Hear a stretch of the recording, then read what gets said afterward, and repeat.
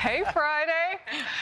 Former Vice President Kamala Harris keeps trying to defend her former boss, President Biden, and she's going to full lengths that are visibly stunning interviewers like Jon Stewart. I believe he was fully competent to serve. Do you really? Yeah, I do. That surprises me, actually. No, I do.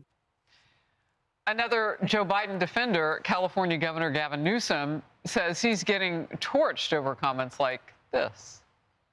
We'll continue to build on the legacy, I would argue, of our former president, who I think was one of the most successful presidents in the last century, and that is Joe Biden. And I will defend that till my grave.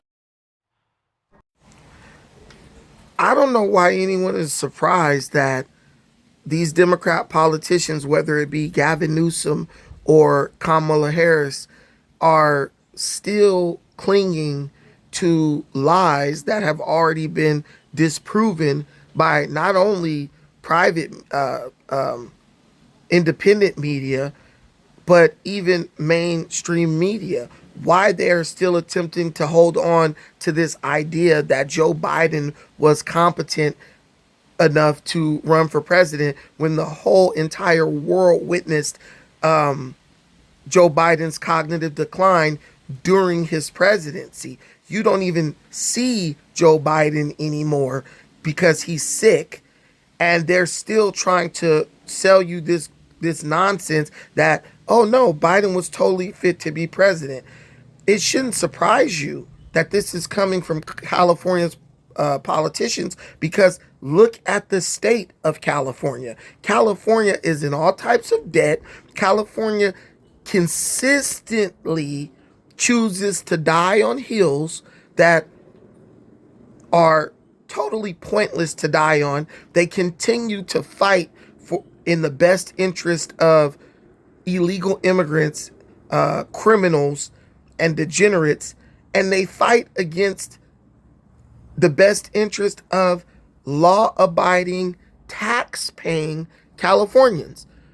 Any Democrat politician in California has to be capable of operating at a certain level of cognitive dissonance just to be a lawmaker in that state. Because there is no way you can tell me, looking at how California has gone downhill over the last decade, that these politicians are not aware of how their bad decisions are costing Californians, whether it's just the citizens or the legislatures, everything.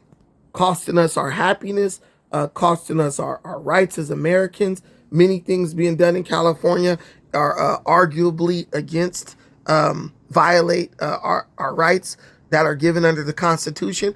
And as a person who's chosen, who is selected to be a representative, there's no way you don't have the intellect to understand that. California, in my opinion, has been very much radicalized. The constituents within the constituency of California has very much been radicalized and programmed based on fear of what else, of the what ifs, the uncertainty, right? Oh my God, it's climate change one year. The next year it's Donald Trump and he's Hitler, he's a Nazi, he's this or that. So it makes sense that, you know, California citizens are a little bit hysterical politically. But in order to rule over essentially those types of people, you yourself have to be capable of a high level of cognitive dissonance. So when I see Kamala Harris and Gavin Newsom sticking to this idea that Joe Biden was still qualified to run the country, it makes perfect sense to me. The state that they run is batshit crazy, and I am a Californian. The state that they run, they are representative of a bunch of people who are batshit crazy. So the whole world knows now that, you know, Joe Biden was not qualified to be president. He was in severe cognitive decline. We witnessed it every single day of his presidency. But Kamala, even though this destroyed her presidential campaign, she's still attempting to stick to this narrative that, oh, I think Joe was qualified and he was definitely cognitively capable of running the country and performing the office as president. Well, then if he was, why did you guys kick him out? See, that's the rub. We think he was qualified to run the country, and he was cognitively capable enough to run the country, but we got rid of him. We forced him out and basically robbed our constituents, our voters, of their democracy so that we could anoint Kamala Harris to be the presidential nominee. It's just a totally contradictory line of reasoning. And they're still trying to convince you that this makes sense. The Democrat Party at this point is like a bad used car salesman who's just like, I'll say and do anything to get this car off the lot, even though I know it's a hunk of junk and it won't even get you down the road. That is the energy that I'm getting. That is the vibes that I'm getting from the Democrat Party. I mean, all one need do is go to a state like California where it is dominated by Democrat politicians. I think there are only about 9 Republicans in the California legislature. So they have no power at all. So the Democrats are running the show, and look at how the state looks. I mean, I'm in Indiana right now. It's beautiful over here, but go to California and look, and don't just look at the pretty parts. Look at what's going on in the Palisades with the fires, how they're putting all these different bullcrap ordinances in place that prevent people from even entering their property that they purchased to clean that property off so they can start the process of rebuilding their homes that they tragically lost due to these fires. It won't get any better. But in order for a Democrat in 2025 to convince you to vote for them, they need you to have a short-term memory. They need you to forget all the bad that they've done. They need you to forget all the things that they ignored and all the lies that they told. Understand something. These Democrat politicians were literally taking orders from Joe Biden, or so we think, because the whole auto pen thing. But they were working closely with Joe Biden, and they saw the decline, because even just watching from television, we could see the decline. But they continue to lie to you. And it's so bad that now they started to tell the truth. A lot of politicians came out and said, no, Biden was not capable of running the country. He was experiencing severe cognitive decline. I mean, think, even now you don't see Joe Biden anymore. But some of them told the truth. But now, because the midterms are coming up, it's like, nope, let's pivot back to the lie, because what do we know? We know the Republicans will continue or relaunch this attack against the Democrats about lying concerning Joe Biden's cognitive ability. So now they're pivoting. Kamala Harris destroyed her campaign, her presidential campaign, because she didn't want to go get. She wouldn't tell the truth. And she told you there's nothing about Biden's policies and the way he went about doing things that she would have changed. She hasn't left that position. She hasn't abandoned that position. She is still holding on to that position. All they're going to do is try to repackage that and sell it to you a different way. Gavin Newsom, he to me is just...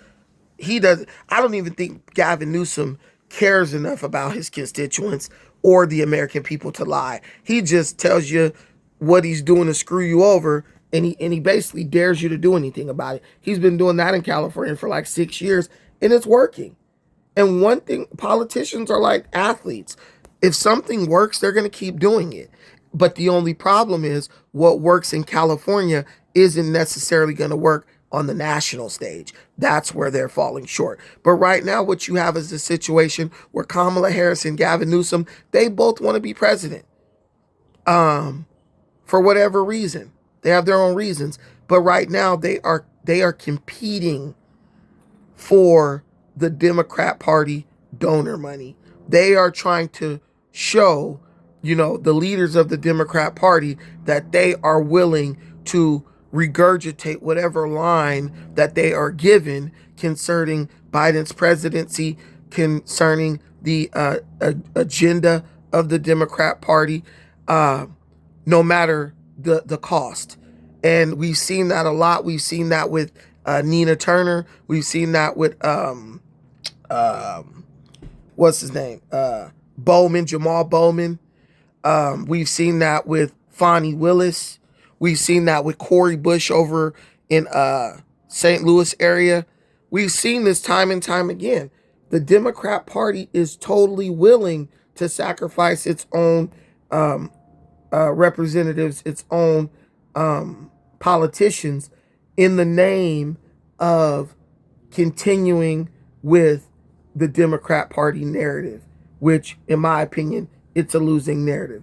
More and more, their skullduggery, their dishonesty is being revealed. And instead of just pivoting and doubling down on telling the truth and having an honest conversation with the American people and coming clean about some of the things that they have done that are unethical, they just continue to believe that they will be able to trick the American people into voting against their own best interest. What they don't understand is we are now living in the age of information. Everything you say and do is all over the internet, and it will be there forever. It's not going to go away. So you can't lie. You'll still have to answer for a lie that you told 4 years ago, even though now you're trying to change up the narrative or you're trying to spin that lie. And that's what's going to happen with Kamala Harris and Gavin Newsom going forward. There's even a clip with Obama shaming Republicans for a government shutdown. That's coming back to the light. That's coming back to the attention of the online viewership. And so now that makes Obama look like a liar, because he is now siding with the Democrats when they are doing the same thing that he shamed the Republicans for doing several years back when he was president. So yeah, that's all I have to say about that. Let me know what you think about this video. Let me know what you think about this topic. Give me your thoughts in the comments. Until the next time, take care of yourselves, but most importantly, please take care of each other. Peace.